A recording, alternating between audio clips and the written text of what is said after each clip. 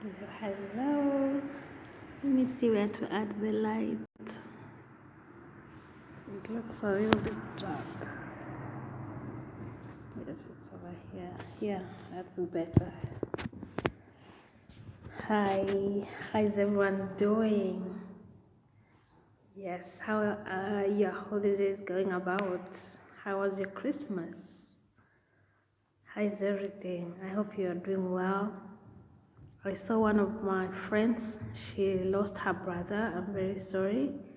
And for all of those of you who are dealing with any kind of difficulties, I send my hugs to you and I wish you well. I don't know what to say, but I'm so grateful.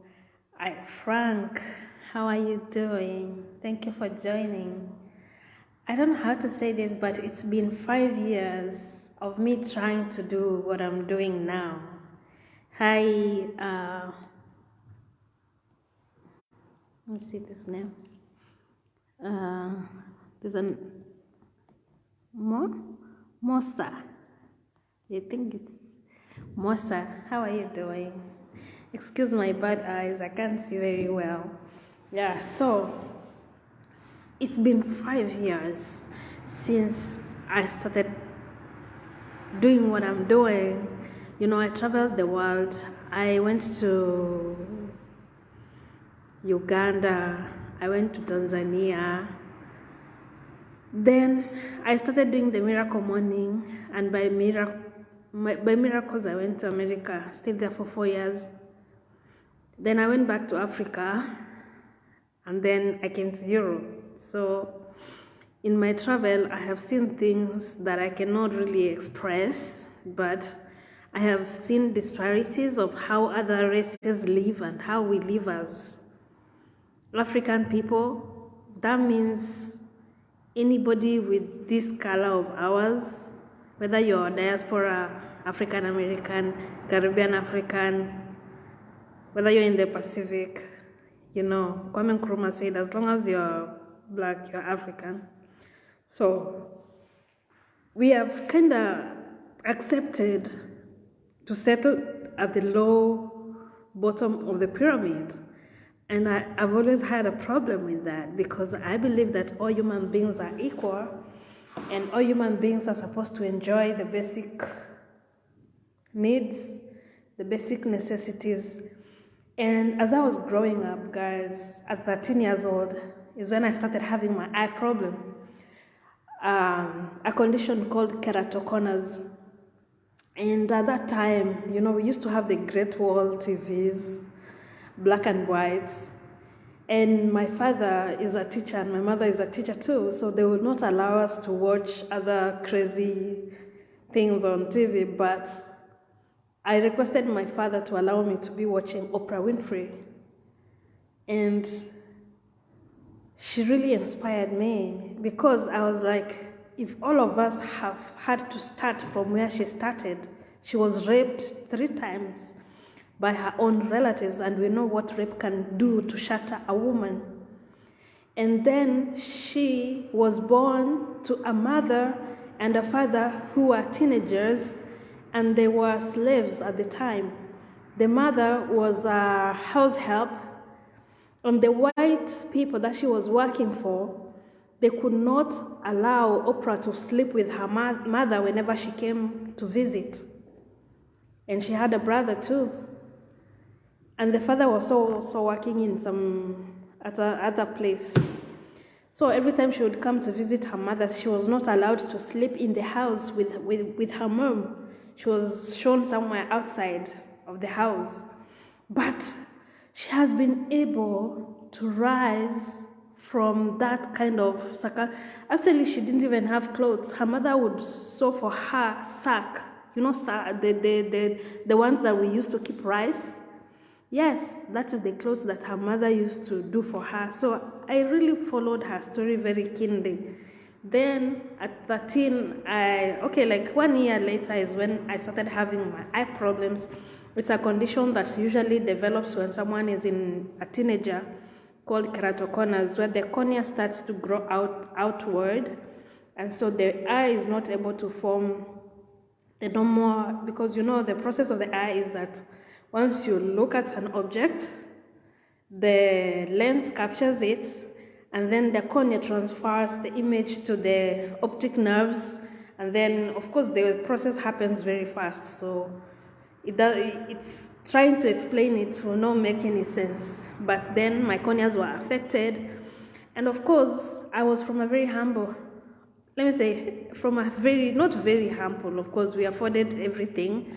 My parents, both teachers, and my dad used to work extra hard. He used to have a small camera that he would go to school, take photos when parents, it was a boarding school, so when parents came to visit their children, my father would capture the moments for them, and he would act part-time as a cameraman. And at home, after he came back from school, he had a small shop where he used to sell the basics like sugar, salt. Yeah, so that's how my dad survived. And again, we did farming. During the weekends, we went to the farm, we dug. We just lived a normal, happy village life, So that's when I started getting sick. Then we had a TV. It was not common for a normal or maybe a poor family to have a TV then. So, but my dad was able to buy for us the black TV, and that is when I was watching Oprah Winfrey. So when I was sick at around 14 years, is when I used to be a very staunch Christian.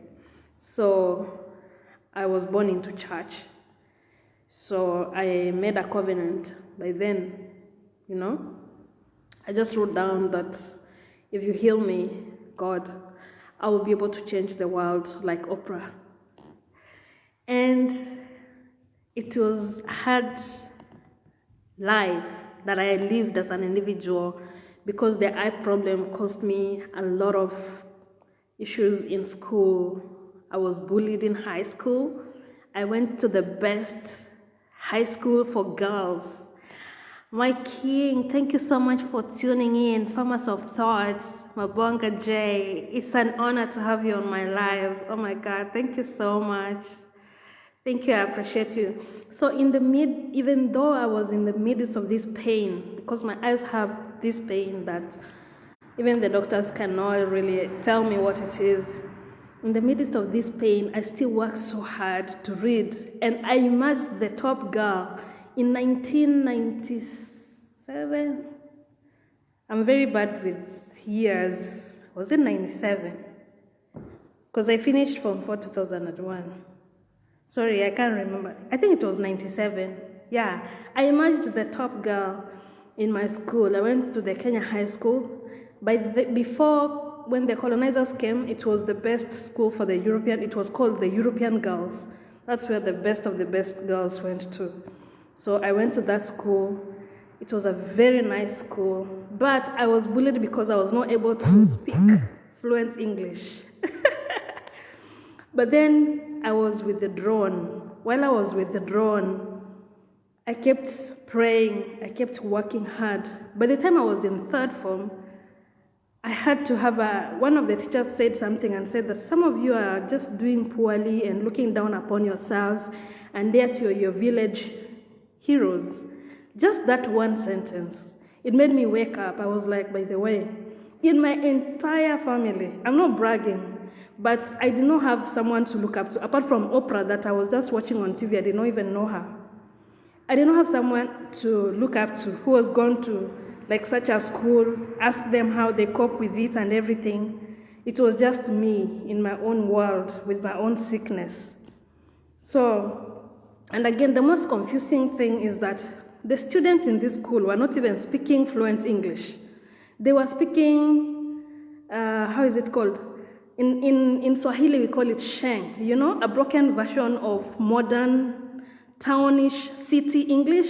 So whatever I was reading in my books and whatever they were speaking, it was very confusing to me because it didn't sound the same. So I really got so confused in Form 1. But all the time I was focusing like, God, heal me. I want to be like Oprah. And then by the time I got to third form, I was not like in my own self, but the time that teacher said that, it woke me up. And actually, I used to have there was one white lady married to a black man who's Luo. That lady, she just never used to like me. So she used to bully me, especially when it comes to maths. Especially the topic about graphs, I never used to understand. I just never used to know this point. Those guys used to say this point connects to this point, and then the graph was like this. Then she would tell me that this graph, the one you've drawn, because me, I would just draw. I never used to understand what it was all about. Then she would tell me that this graph you've drawn looks like something that you saw in your dream and when your grandmother was calling, something like that. So I was like, God. So I there's a teacher that I had, a male teacher. He used to teach, I did woodwork, guys. I did woodwork, working with wood. That's what I did in high school. I made a dressing table. I made a chapati board. I made a dressing mirror. Yes, I did woodwork. And I had a B+ in woodwork. So my woodwork teacher was also a mathematics teacher in another class. So I went and spoke to him. I said, I'm in Form 3 now. I'm all I have. I really have to work hard for this. I have this eye problem. I really need to be able to get a good grades, go to university, and then get a good job so I can be able to pay for my medical expenses. Because every time we'd go to hospital, my parents would be told that we need to go to India for surgery. And that surgery involved transplant. And so for you as a parent, those times, there was no much enough research done on my condition. For you as a parent, you've given birth to a baby who was able to see. And now at this level, you're being told that you have to take your baby to have transplant, Eyes from people that have passed on, it's not something that you can digest. So it was very hard and, of course, expensive for us to afford. But in that, my condition, and in the focus that I really want to be as I want to be as influential, let me say influential, or I want to impact the world as Oprah, then it kept me going in my fight, in my pain. I would wake up at 3 and just pray and read.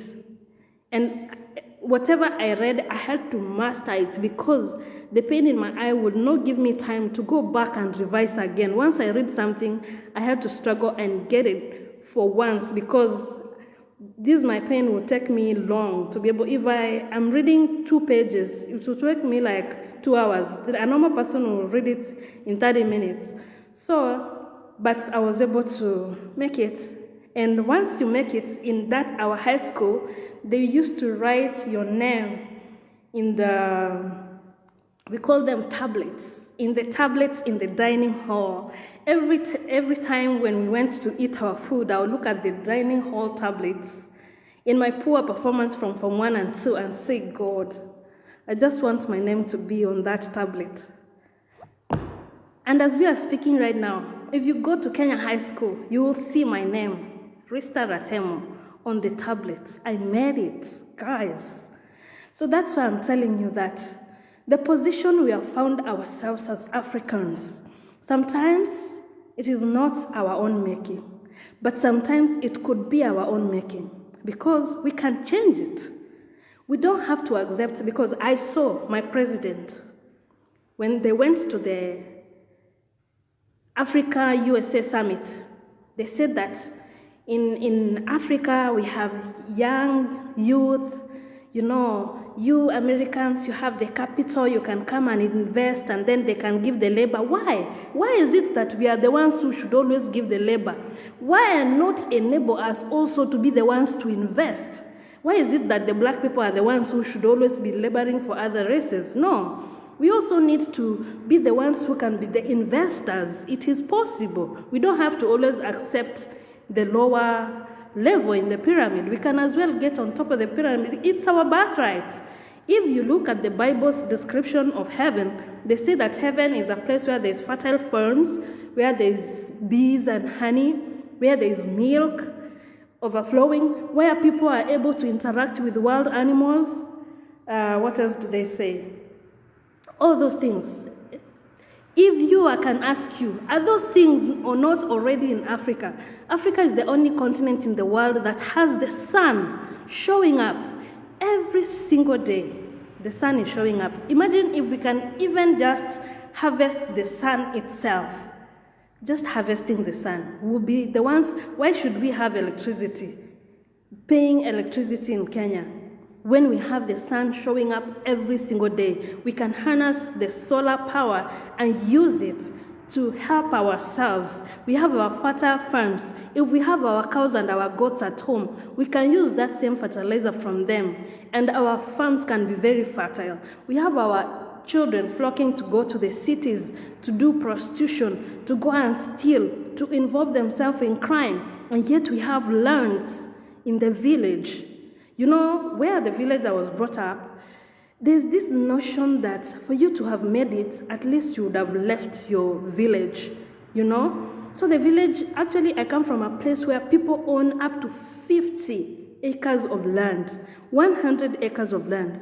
The place is where, when the white settlers came, because it's the most fertile place in Kenya, called Kisii, that is where they settled. The place is very fertile. But our youth from our village, because of that notion that if you don't leave the village, you've not made it, people will go out there in the cities. You'll find that someone who his father owns 50 acres of land, they're hawkers in some city somewhere, paying rent to someone, and yet their land is just sleeping there, you know? So, and again, another challenge is that the parents of the old time, they do not believe in giving a step up for their children. They will tell you, go to school, go to school. Go to school. They don't focus on talent. They don't focus on what the land can produce. Before those parents, those great-grandparents, whenever a child was born, they used to give chicken. As the child continues to grow, you help the child take care of the chicken. When the young ones are hatched, you keep keeping them. Then by the time maybe they are teenagers, you sell all those chicken that child has. You buy a goat. After the goat has had, you know, like in Africa, goats give birth to 2 goats, 3 goats, you know, like that. So with the time, then you sell the goats and then you buy a cow. And that is how our great-grandparents were able to build wealth. But our grandparents believe that they have to wait until they are very old. Then now we started having issues with land distributions. People have passed on. They did not leave any will. So there was too much chaos that came in. But we are the generation who should go back to our great-grandparents' way of doing things. That we need to support our young ones so that they don't have to go through hell like us, you know? That they can be able to get somewhere where they can step from. That's what other races do. You see people having businesses and they give it over to their other children. So at least you're starting from somewhere. But it's very, very hard always when you have to start from zero. It's hard, you know? So it's not always true that the beautiful or the best life is in the city. The village life is actually almost the best life ever. The village life describes the life that they call heaven, you know. It has all the organic food. It has all these things. So guys, I'm going to move because I'm in a public place and it's getting noisy. So let me move and I'll come back on. I'll come back online so we can continue this talk. Sorry.